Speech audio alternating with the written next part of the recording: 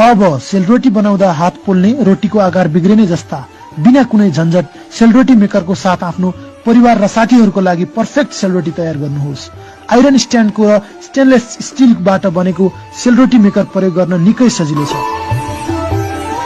तपाईले मात्र आफ्नो औँलाले प्रेस गरेर पर्फेक्ट सेलरोटी बनाउन सक्नुहुन्छ। साथै यो सेलरोटी मेकर तपाईले आफ्नो परिवार र आफन्तलाई उपहार स्वरूप गिफ्ट पनि दिन सक्नुहुन्छ।